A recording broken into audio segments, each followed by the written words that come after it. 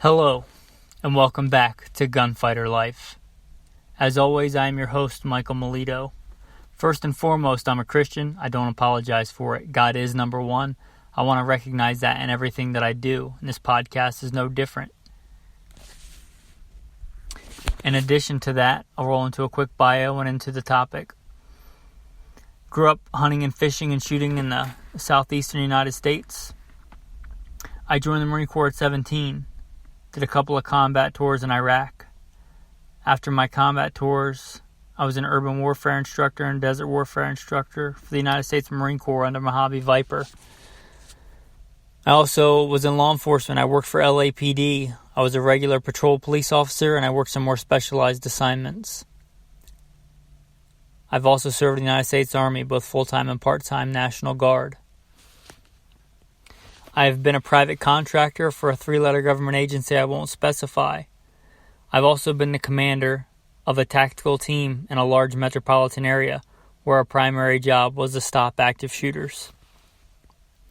I've also been a professional big game hunter and guide, slaying all manner of beast, from buffalo to elk. I've killed wolf and bear. I've also been blessed to win more shooting competitions than I can remember, mostly in handgun, but I'm also accomplished in rifle shooting as well. State rifle and pistol champion a few times over, West Coast regional champion. Blessed be the Lord my rock, who trains my hands for war and my fingers for battle. Alright guys, with that, let's get into today's topic. Better know a cartridge. The 7x57. The 7x57 you may also know as a 7mm Mauser. Another pretty cool name but less common is a 275 Rigby. A lot of times when we think of Mausers here in America, we think of the World War II German Mausers, which is the 8mm. But a lot of people would just call this one the 7mm Mauser. We got to realize that Mauser was a massive producer of firearms for a lot of nations around the world. I couldn't even begin to list the amount of countries that they armed with bolt-action Mausers, but quite a few. And quite a few of them used the 7x57 Mauser we're talking about today. And not only is it a proven military round, it's quite an accomplished hunting round. Jack O'Connor, you might recognize that name as a pretty famous American hunter. He was a big fan of the 7x57. He later was one of the big champions of the 270, but earlier in his career, as I understand it, he really was a fan of the 7x57. And quite a few exploits of successful African elephant hunters, quite a few successful hunts of theirs involve the 7x57,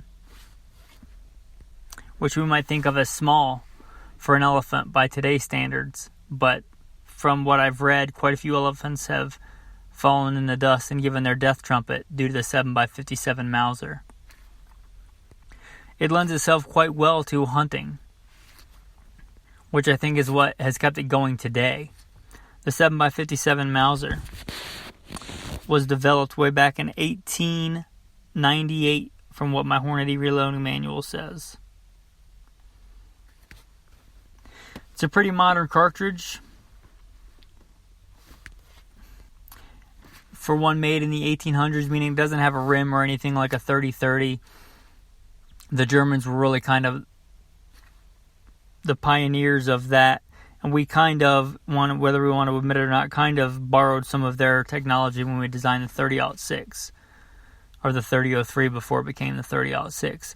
And if you look at this case, you can kind of see why it's, if you just found the case on the ground and it wasn't stamped, you may think it was something else, a 30-06 or a 308 or something, if you weren't super familiar with dimensions. So it's a fairly modern case, even though it was designed in the 1800s.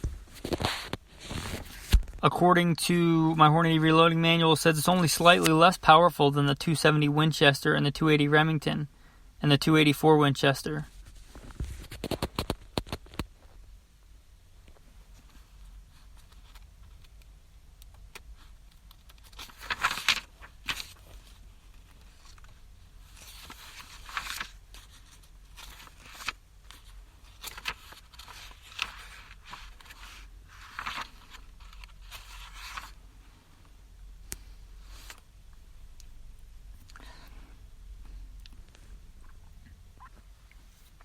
Now, the original military loading, as I understand it, gives you quite a bit of that high sectional density, which is good for penetration on large animals. The original military loading, as I understand it, was in the 170-ish something grain range, 175 or thereabouts,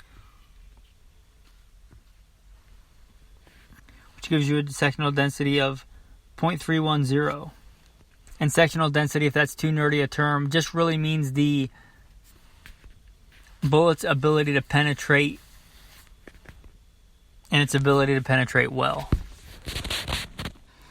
But you can load it with lighter bullets as well if you want to, do lighter things with it. You can.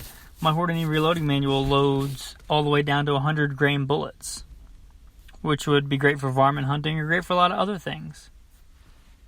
120 to 139 to 150 something-ish grain bullets are going to be great, especially for deer-sized game, because even though that's a popular loading in, let's say, a 30-06 or a 308, because it's a 7mm, it's going to give you higher sectional density and generally higher ballistic coefficient if it's apples for apples bullet, geometry. If you have 150, let's say 155 grain bullet in the 7x57 and the 155 grain bullet in a 308, the 7x57 is going to give you a higher sectional density and a better ballistic coefficient if they're both, let's say, probably a Hornady AMAX or, a Burger bullet, a Burger hybrid bullet, because it's smaller diameter, which makes it longer, which makes it penetrate both the air and flesh better. So that 150-ish grain bullet range, really great for, medium-sized, deer-sized game, whitetail deer, mule deer. Certainly you could take elk with it. I think if I was doing a dedicated elk load, I would step it up to 160-ish to 175-ish grain range weight, depending on, what your rifle likes. Your rifle may like a certain load. I would certainly pick what my rifle liked, as long as it was suitable for the job. Shot placement, in my opinion, trumps most of the other stuff, which ought to tell you that by the number of hunters that have used this cartridge in Africa to take elephants and other game.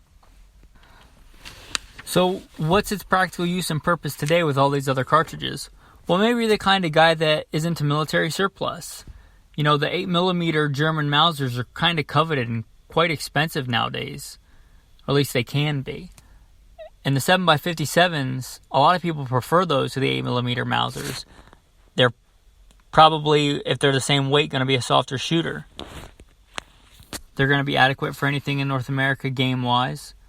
And you can usually get them like an Argentine Mauser or something like that for less cost. So if you want to do some just recreational shooting and just have and collect old military firearms, the 7x57 Mauser might be great for you.